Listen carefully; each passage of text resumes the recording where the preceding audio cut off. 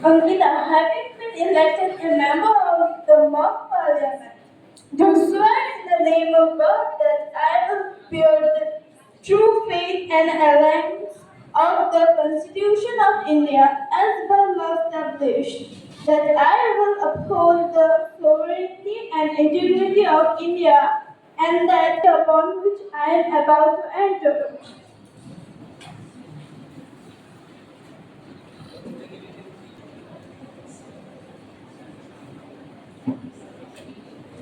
Who stands elected as another member of the mock parliament will now take the oath or affirmation. Ms. Birina, please.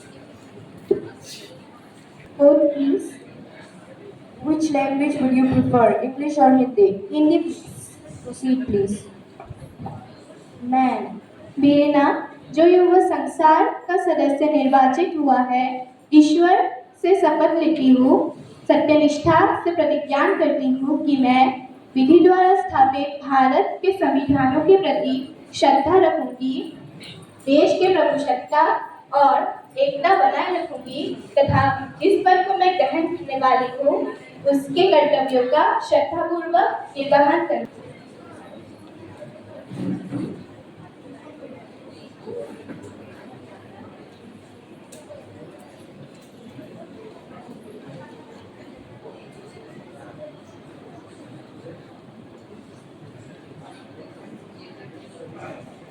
माननीय अध्यक्ष महोदय, मेरा पहला प्रश्न गृह मंत्रालय जी से है।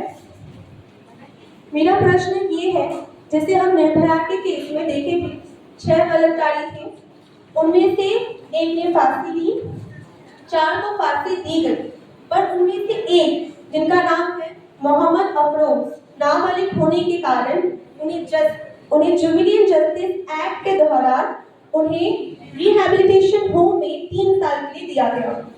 वहां पे 3 साल के होने के बाद उन्हें गवर्नमेंट ने फाइनेंशियली हेल्प किया और उनकी इज्जत बचाने के लिए उन्हें ना तो कोई टेलीविजन में आने दिया और उनको एक नकली पहचान दी गई और ये भी कहा गया कि जो मनुष्य तुम्हारे पुराने पहचान हो वो पहचान जो एक बलात्कारी के रूप में है उस पहचान को प्रमाण करने की कोशिश करेगी, उस पर सख्त से सख्त कारोबार करेगी। गवर्नमेंट उन नाबालिग बलात्कारों को बचाकर हमारी भारत की बेटियों को अन्याय देगी,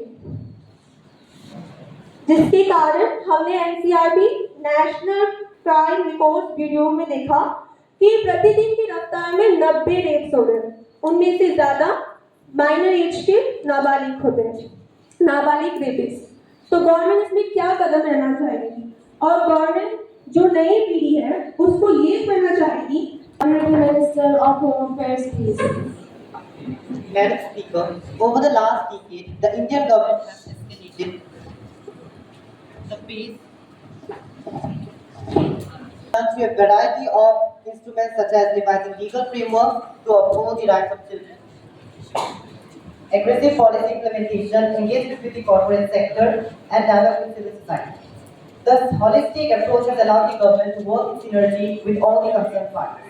I'd like to mention here in this house some of the steps that the government has undertaken to assist every Indian child. First is protection of children from sexual offences. This Act of Sexual Offences, POSCO Act, enables fast-tracking and efficient prosecution in rape law under Section 376, which previously allowed child molesters and trigger victims. The second, I would want to say that the slogan that is Beti Bachao, Beti Padhao.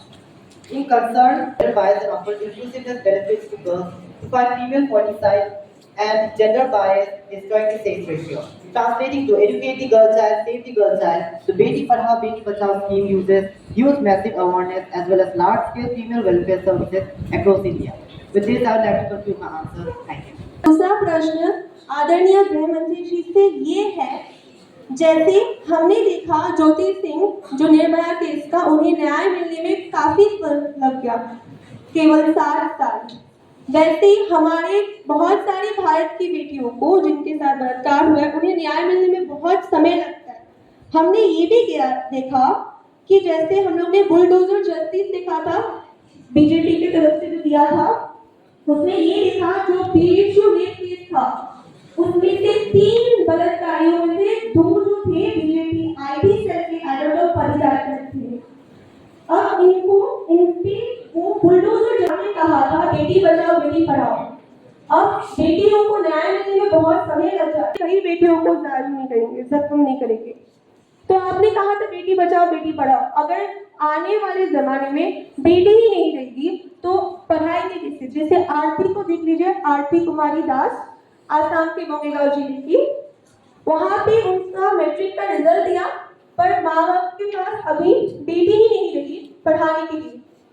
तो आगे बेटी ही नहीं रहती तो गृह मंत्रालय जिससे ये है कि इन्हें न्याय मिलने में कितना समय लगेगा, 10 साल या 12 या उससे पार, ये कभी न्याय मिलेगा ही नहीं।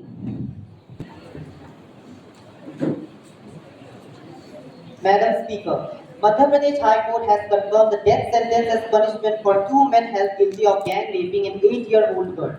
The law on rape is outlined in the Indian Penal Code 1860 from Section 375 to Section 376E.